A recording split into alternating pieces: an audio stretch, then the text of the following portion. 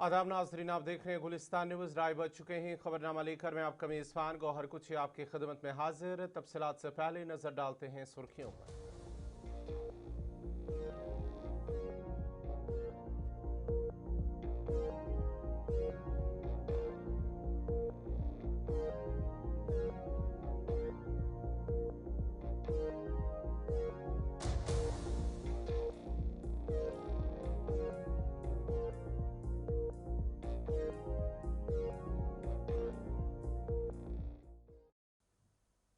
और अब पेश खबरों की तफसील। सबसे पहले है बड़ी खबर, आपको बताते चले हुकूमत हिंद ने सुप्रीम कोर्ट में एक रिपोर्ट पेश करते हुए डिजिटल अरेस्ट स्कैम्स के बढ़ते हुए खतरे से निपटने के लिए कसीर इदारा जाती हिकमत अमली तजवीज़ की है, जिसमें बायोमेट्रिक सिम वेरिफिकेशन और मुश्तबा बैंक खातों पर आरजी डेबिट होल्ड जैसे इकदाम शामिल हैं। बड़ी और अहम खबर आपको बताते चले, अटॉर्नी जनरल की जानिब से जमा कराई गई इस रिपोर्ट में इलेक्ट्रॉनिक्स और इंफॉर्मेशन टेक्नोलॉजी की वजारत और रिजर्व बैंक ऑफ इंडिया को हिदायत देने की सिफारिश की गई है ताकि हिफाजती इकदाम को यकसा और बरवक्त नाफिज किया जा सके। रिपोर्ट में टेलीकॉम इस्लाहात के तहत सिम कार्ड के इजरा में बायोमेट्रिक तस्दीक को लाजमी बनाने और मुश्तबा सिम्स को फौरी ब्लॉक करने पर जोर दिया गया है, जबकि व्हाट्सएप जैसे प्लेटफॉर्म्स पर सिम बाइंडिंग, मशकूक कॉल्स की निगरानी और डिलीट शुदा अकाउंट्स का डाटा 180 दिन तक महफूज रखने की हिदायत भी शामिल है। मालियाती शोबे में मुश्तबा खातों पर आरजी पाबंदी के लिए यकसा SOPs नाफिज करने की सिफारिश की गई है, जबकि कानूनी सतह पर IT एक्ट के तहत शिकायत के अजाले के लिए ऑनलाइन निज़ाम और डिजिटल प्लेटफॉर्म्स की जवाबदेही बढ़ाने की तजवीज़ भी दी गई है।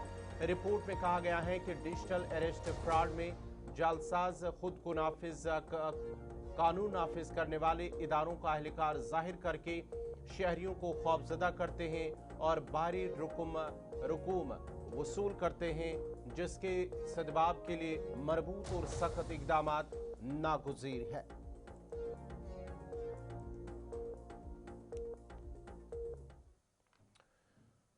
हुकूमत की जानिब से सुप्रीम कोर्ट को यह भी बताया गया है। बड़ी और अहम खबर आपको बताते चले कि इस डिजिटल फ्रॉड के हवाले से जहां पर अब हुकूमत हिंद ने सुप्रीम कोर्ट को बताया कि डिजिटल गिरफ्तारी के नाम पर होने वाले फ्रॉड के खिलाफ बड़े पैमाने पर कार्रवाई की गई है, जिसके तहत व्हाट्सएप ने जनवरी से अब तक तकरीबन 9,400 अकाउंट्स बंद कर दिए गए हैं।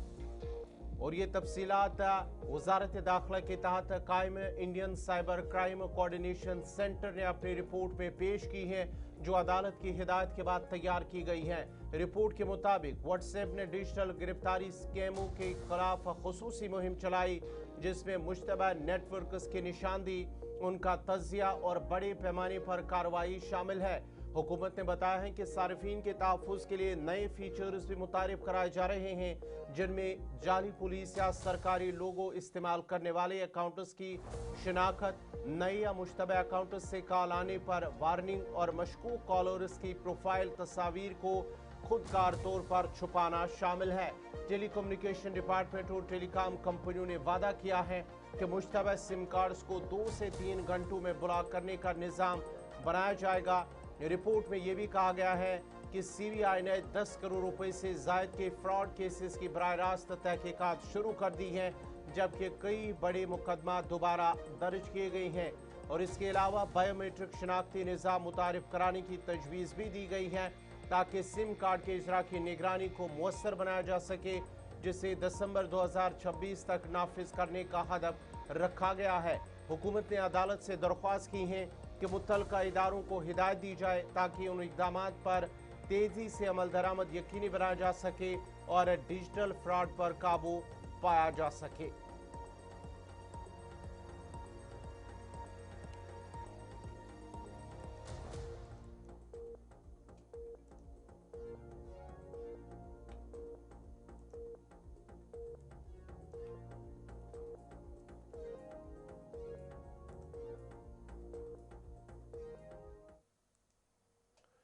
श्रीनगर में आज देह तरक्की के एक अहम मरहले का आगाज हुआ है, जहाँ वज़ीर-ए-आज़म ग्राम सड़क योजना फेज 4 के दूसरे मरहले की बाकायदगी लॉन्चिंग की गई है। तकरीब SKIC श्रीनगर में मुनक्कद हुई है, जिसका मकसद जम्मू कश्मीर के दिही इलाकों में सड़क राब्तों को मजीद मजबूत बनाना है। तकरीब में मरकजी वजीर बराए ज़राअत और दिही तरक्की शिवराज सिंह चौहान, जम्मू कश्मीर के वज़ीर आला उमर अब्दुल्ला, नायब वज़ीर आला सुरिंदर चौधरी, कायद हिज़्ब इख्तिलाफ सुनील शर्मा समेत मुतअद्दिद आला अफसरान और दीगर मुअज़्ज़ज़ शख्सियात ने शिरकत की। अपने खिताब में मुकर्रिर ने कहा है कि PMGSY फेज़ 4 के इस मरहले से दूर दराज दिही इलाकों को बेहतर सड़कों के जरिए जोड़ा जाएगा, जिससे न सिर्फ आमद रफ्त में आसानी होगी बल्कि मकामी मईशत, तालीम और सेहत के शोबों को भी फ़रोग़ मिलेगा। हुकाम के मुताबिक इस मंसूबे के तहत जदीद मयारात के मुताबिक सड़कों की तामीर को यकीनी बनाया जाएगा ताकि दिही आबादी को पायदार और महफूज सफरी सहूलियात फराहम की जा सके। ये इक़दाम हुकूमत की जानिब से दिही इलाकों की हमजा तरक्की और बुनियादी ढांचे को मजबूत बनाने की कोशिशों का अहम हिस्सा करार दिया जा रहा है।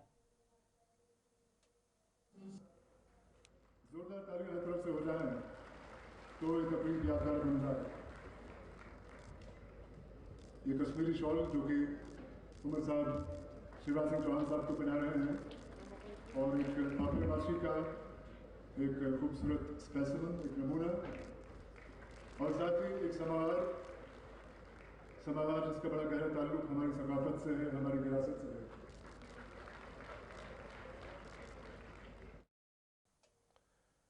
तकरीब से खिताब करते हुए मरकजी वजीर शिवराज सिंह चौहान ने कहा है कि सड़कों का जाल तरक्की के लिए नागुज़ीर हैं और बगैर बेहतर राब्ता सड़कों की तरक्की का अमल अधूरा रहता है। खासतौर पर दूर दराज इलाकों में आज भी राब्ते की कमी एक बड़ा मसला है। वजीर के मुताबिक गुज़िश्ता एक साल के दौरान जम्मू कश्मीर में दिही तरक्की के मुख्तलिफ मनसूबों के तहत तकरीबन 8,000 करोड़ रुपए के प्रोजेक्ट्स मंजूर किए गए। उन्होंने कहा है कि गरीब खानदानों को पक्का मकान फराहम करना हुकूमत की अवलीन तरजीह है और कोई भी मुस्तहक़ खानदान घर से महरूम नहीं रहेगा। इस वज़ीर आला जम्मू कश्मीर उमर अब्दुल्ला ने भी खिताब किया है। सरकार होती है डेवलपमेंट के लिए, सरकार होती है खिदमत के लिए, सरकार होती लोगों की जिंदगी बदलने के लिए। अगर हमारे मंत्री बनने से हम लोगों के चेहरे पर खुशी नहीं ला पाए, उनकी जिंदगी नहीं बदल पाए, उनके जीवन को आसान नहीं कर पाए, तो हम काहे के लिए मंत्री, कुर्सी पर बोझ बनने के लिए मंत्री नहीं। बल्कि आज भी अगर यहां है तो मन में यही संकल्प लेके कि सिर्फ हंगामा खड़ा करना मेरा मकसद नहीं, मेरी हसरत है कि ये सूरत बदलनी चाहिए। और इसी शिद्दत के साथ जम्मू और कश्मीर में सड़कों का जाल बिछे। हम जानते हैं गांव बिना सड़क के अधूरे, और जम्मू कश्मीर में तो और दिक्कत है। जैसा कि मुख्यमंत्री जी कह रहे थे, अलग अलग गांव, छोटे छोटे गांव, ऊंचाई पे घर, और वैसे में खेती। अगर हम फल सब्जी अनाज पैदा भी कर रहे हैं और सड़क नहीं है तो मार्केट तक ले कैसे जाना। वो हालात भी आपने देखे, जब कोई अगर बीमार हो जाए तो खटिया कंधे में रख के पैदल अस्पताल तक लाने के अलावा कोई रास्ता नहीं बचता। अस्पताल लाते लाते इलाज मिल गया तो ठीक है, नहीं रास्ते में ही विदाई हो जाती है। सड़कें अस्पताल को करीब लाती है, सड़कें स्कूल को करीब लाती है, और इसलिए सड़कें बहुत जरूरी है।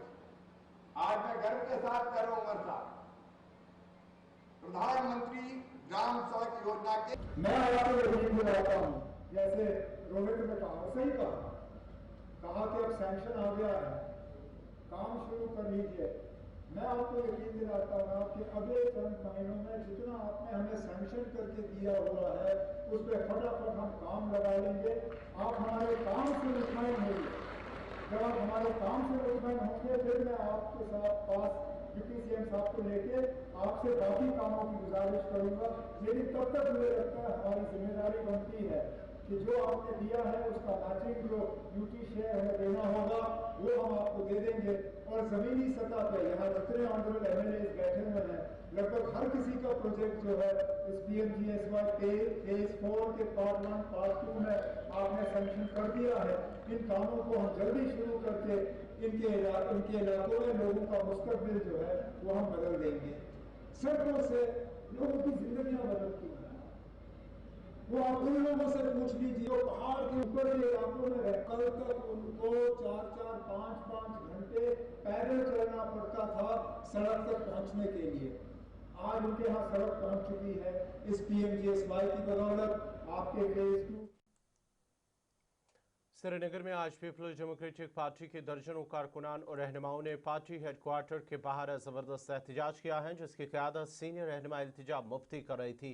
मुजाहिरीन ने नेशनल कॉन्फ्रेंस हुकूमत को शदीद तनकीद का निशाना बनाते हुए इल्ज़ाम आयद किया है कि वो जम्मू कश्मीर में उर्दू ज़ुबान को नज़रअंदाज करने की कोशिश कर रही है और बिलवास्ता तौर पर भारतीय जनता पार्टी के एजेंडे को आगे बढ़ा रही है। PDP ने कहा है कि भारी अवामी मंडेट के बावजूद हुकूमत अहम मामलात पर खामोश है, जिनमें जामिया सिराजुल उलूम की बंदी, गांदरबल में एक नौजवान की हलाकत, सोपोर में 6 नौजवानों पर PSA के निफाज जैसे मसाइल शामिल हैं। पार्टी ने मुतालबा किया है कि हुकूमत फौरी तौर पर उन मामलात पर वजाहत पेश करे और अवामी खदशात का अजाला करे। इस मौके पर अगरचे एहतजाजी लोगों ने बाहर आने लालचों की तरफ पेशकदमी करने की कोशिश की, ताहम वहां पर मौजूद पुलिस एहलकारों ने उनकी कोशिश को नाकाम बनाया।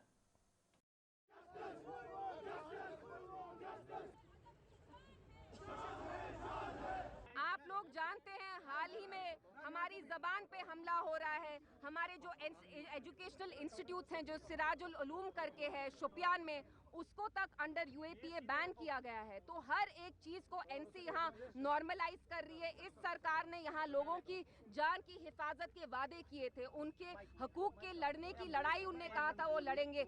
आज वही NC सरकार हमसे हमारी जबान, उर्दू हमारी जबान है, उर्दू हमारी शान है, हमारे इल्म का हिस्सा है, हमारे दीन का हिस्सा है, हमारे अदब तहजीब का हिस्सा है। मैं उमर साहब से पूछना चाहती हूँ, आप 200 किलोमीटर मैराथन में भाग भाग के अपनी जिम्मेवारियों से भाग रहे हैं, तो मेरा उनसे यही सवाल है, आपने यहाँ लोगों की हिफाजत करने का वादा किया था, आप यहाँ उल्टा उर्दू जो हमारी जबान है, जम्मू कश्मीर में हम सब जानते हैं मुख्तलिफ इलाके हैं, अलग अलग लोग हैं, हमारी मदर लैंग्वेज जो है अलग है, मेरी कश्मीरी है, किसी की गुजरी है, किसी की पहाड़ी है, किसी की पंजाबी है, लेकिन उर्दू हम सबको आती है।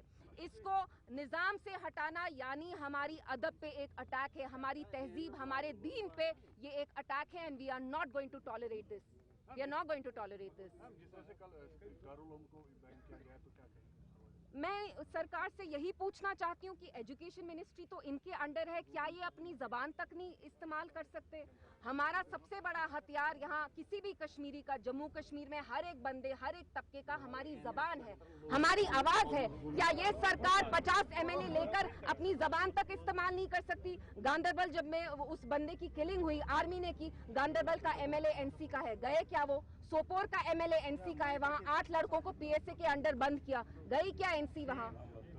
रामबन में हम गए, ये क्यों नहीं गए? इनका भी वहाँ MLA इंटेग्रल पार्ट है उर्दू, और बीजेपी का एजेंडा यहाँ NC चला रही है, और उर्दू जो है वो मुस्लिम हो, पंडित हो, सिख हो, बुद्ध हो, हम सबको इकट्ठे क्या कर रहे हैं? उनको सवाल उनको इस सवाल का जवाब क्यों नहीं दे रहे?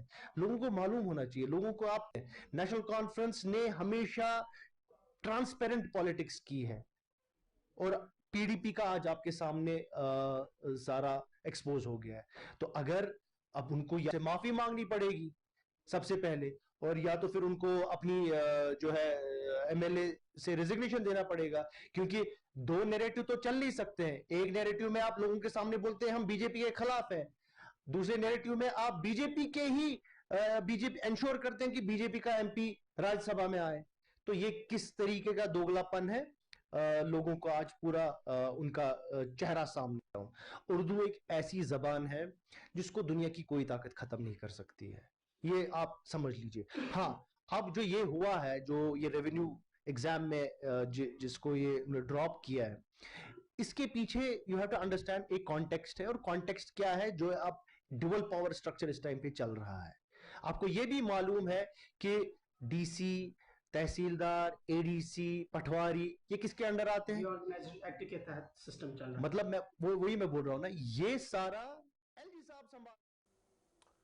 श्रीनगर के मौसम में वाज़ह तब्दीली देखी जा रही है। शहर के मुख्तलिफ इलाकों में हल्की बारिशों का सिलसिला जारी है, जबकि तेज़ हवाएं भी चल रही हैं। उधर गिरदनवा के पहाड़ियों पर हल्की धुंध की चादर छा गई है, जिससे हद निगाह मुतासर हो रही और नज़ारे मज़ीद दिलकश हो गए हैं। महकमे मौसमियात के मुताबिक दर्जा हरारत में मामूली कमी रिकॉर्ड की गई है, जिससे मौसम खुशगवार हो गया है। महकमे मौसमियात का कहना है कि आइंदा चंद घंटों के दौरान मौसम इसी तरह तब्दील रहने का इम्कान है, जबकि शहरियों को एहतियाती तदाबीर इख्तियार करने की हिदायत दी गई है। मज़ीद तफसीलात दे रहे हैं श्रीनगर से इमरान नाइक को।